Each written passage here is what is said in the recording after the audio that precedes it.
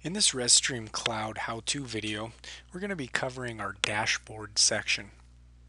The dashboard is the first screen that appears when you log into the program. Before I show it to you, I want to talk about the purpose behind the dashboard.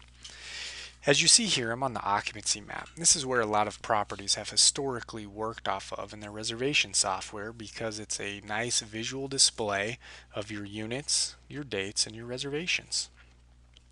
There's a lot going on this particular screen at any given point in time. So the idea behind the dashboard is to consolidate all of this information into what is practical for today. So when I log into the program, I automatically get presented with my particular dashboard, and it's everything to do with reservations today. So instead of seeing everything all at once, if you just want to focus on who's coming and going today and the actions that are needed for today, that's the purpose of the dashboard. On the left-hand side of the screen, you're going to see the reservations for today. If for whatever reason you need to change to see a date out into the future, I simply click on this date, navigate to the calendar, and pick the specific date in question. That feature is particularly advantageous for those of you that want to print bulk registration cards for, say, tomorrow or 2 days from now or what have you. Within each of these sections on the dashboard, you'll see an icon in the upper right hand corner to print just that, what we refer to as a widget. So instead of printing the entire screen, we have some people that only want to print the reservations for today. Practical examples would be they use that for housekeeping, they use that for front desk staff, they use that for security night staff to see who's on property. As I look at the reservations today widget, I see all my arrivals, stayovers, departures, no-shows, and any out-of-service units. I'll also clearly see any guest information, first and last name, the unit in which they're in. This little color icon indicates if that unit is clean or dirty. I see the length of their stay and their dates, payment status, as well as any channel that the reservation came from, booking engine, booking.com, and any important tags associated with that particular reservation. On the right hand side of the screen, I see all of my shared notes. Shared notes is a great place to communicate internally with staff. A lot of the feedback that we got from existing users is that there is no convenient way to communicate globally with staff other than sending emails, writing out sticky notes, and taping them to the screen. It's just not very efficient. So we implemented the shared notes feature, and to utilize it, you simply click in the shared notes. You start typing whatever it is that you'd like to type, and when you're done, you simply hit the save button. Same can be said if you need to delete anything from the shared notes because it's been taken care of. This is something that every one of your internal staff can see. Next, you'll see tasks. Tasks is a great way to assign specific things for your internal staff to do. And you'll see some examples down below.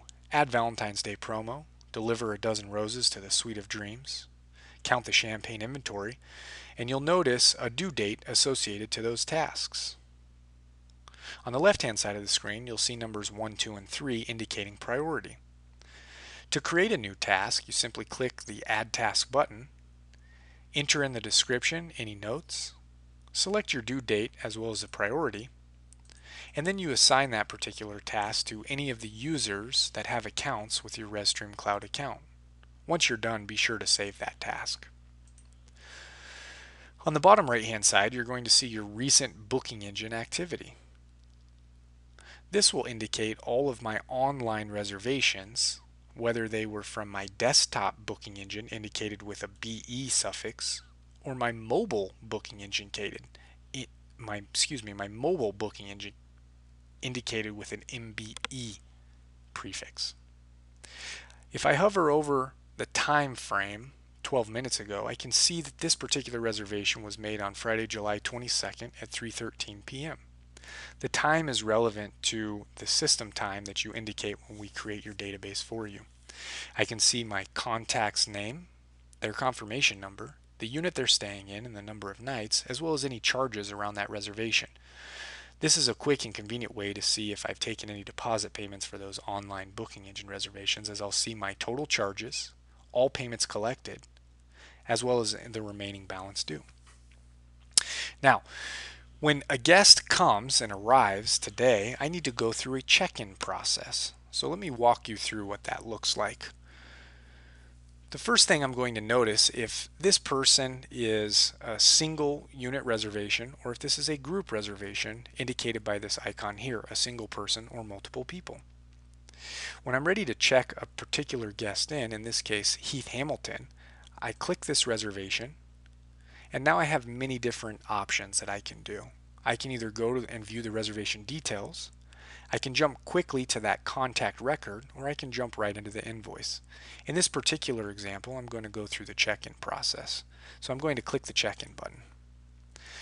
On this particular check-in prompt, or wizard if you will, it's going to show the invoices associated to this reservation, the balance due, and now I've got some global options to toggle on or off, which are going to be standard for my check-in process every single time. I can edit invoices, add payments, or generate letters. If I want to change any of these statuses for this particular check-in reservation, I can simply toggle them on or off. If I want to make that change and save it as a global change that happens every time I do a check-in, once I've made that change, I hit always use these check-in options. So that's a way for you to set the default options as well as adjust them on the fly without overriding your default options. I'm going to select a registration card because that's part of my check-in process as well as adding payments. As I continue with the check-in, I automatically get prompted to take a payment. It's going to default to my default payment setting, which is credit card for my property, the remaining balance due, and I'm going to make that payment now. Once that payment's been made, it's going to automatically progress me to the letter screen where, if you recall, I indicated I want to print a registration card. So it automatically pulls up my registration card letter. It inputs that guest's email address if I needed to email it to them, but because it's a registration card, the system knows I want to print it. So here's that registration card here that's set up within my letters and templates. So I would then print that out. If for whatever reason you need to skip any step of that check-in process because it's not a normal procedure that particular time, you'll see these skip buttons in the upper right-hand corner. Once we've progressed, you'll see that it automatically checks this guest in, Heath Hamilton, into the Suite of Dreams. Checked in. So we've tried to consolidate and make that check-in process very easily right here from the dashboard as it relates to the reservations for that particular day. We hope that this screen is very convenient for you and helps you navigate your workflow on a day-to-day basis.